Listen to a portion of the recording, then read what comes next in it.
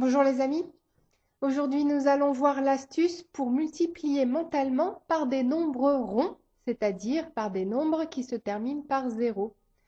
En fait, nous avons déjà vu l'astuce pour les dizaines et nous allons voir que nous pouvons utiliser la même astuce pour les autres nombres ronds. C'est très utile de savoir faire cela car si on ne peut pas écrire et que l'on doit effectuer un calcul trop compliqué à faire de tête, on peut au moins faire le calcul avec des nombres ronds approchés pour se donner une idée à peu près du résultat. On dit que l'on se fait une idée de l'ordre de grandeur. Par exemple, si je me demande si ça fait beaucoup 179 fois 53, je ne peux pas calculer cela de tête, alors je peux me dire que 179 c'est presque 200 et 53 c'est presque 50. Et calculer de tête 200 fois 50. Et comme ça, je saurai à peu près combien cela fait. Cela me permet aussi de vérifier si un calcul que l'on a posé sur papier semble correct.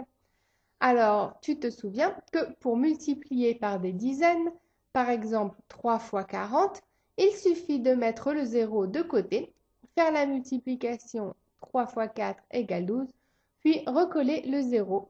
Donc 3 fois 40 égale 120. En fait, c'est comme si on disait que 40 c'est 4 dizaines, donc 3 fois 40 égale 3 fois 4 dizaines égale 12 dizaines égale 120. On sait que 12 dizaines, cela fait 120 car c'est 10 dizaines, donc une plaque de 100, plus 2 dizaines, donc 20.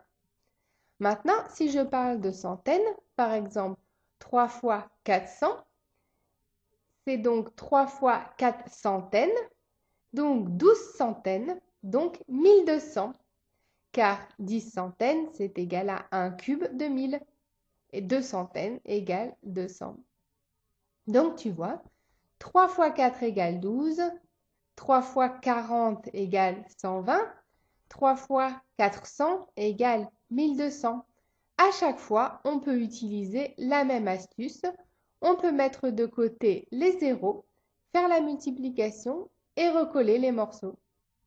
On peut aussi se dire que l'on parle en dizaines ou en centaines ou en milliers, etc. Et ensuite, on écrit combien cela fait avec les zéros. Si je multiplie et que j'ai un zéro derrière, je travaille en dizaines.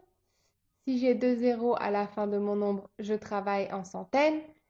Si j'ai 3 zéros à la fin de mon nombre, je travaille en milliers, etc. Par exemple, quand je dis 6 millions fois 3, je sais tout de suite que j'ai 18 millions. Et je peux donc écrire en chiffres 18 millions. Si je veux calculer 5 fois 3000, c'est 5 fois 3 milliers, donc 15 milliers. Puis je l'écris en chiffres 15 000. Mais le plus simple, c'est de mettre à l'écart tous les zéros, puis de les recoller ensuite. Prenons un autre exemple où il faut bien faire attention. Combien font 50 fois 40? Il faut mettre de côté tous les zéros. Donc ici, il y en a 2. Puis on fait 5 fois 4 égale 20.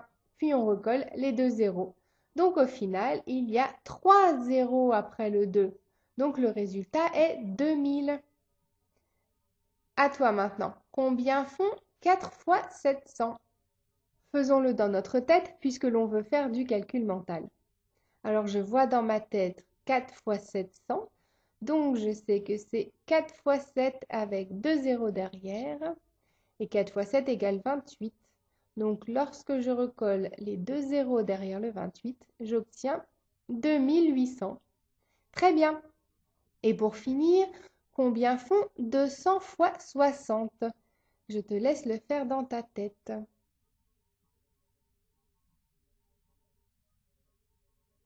Alors, combien as-tu trouvé? Est-ce que tu as bien mis les 3 zéros de côté? Puis on fait 2 fois 6 égale 12. Et en recollant les 3 zéros, on obtient que 200 fois 60 égale 12 000. Voilà, tu vois que c'est une astuce assez facile, mais il faut le faire plusieurs fois dans sa tête pour que cela devienne vraiment naturel, vraiment facile et rapide. Tu peux donc t'entraîner comme d'habitude en allant sur le site réviser.eu et allez voir dans les leçons du professeur Atout scolaire la leçon calcul mental multiplié par 100, 1000, etc. Alors amuse-toi bien, entraîne-toi bien et à bientôt!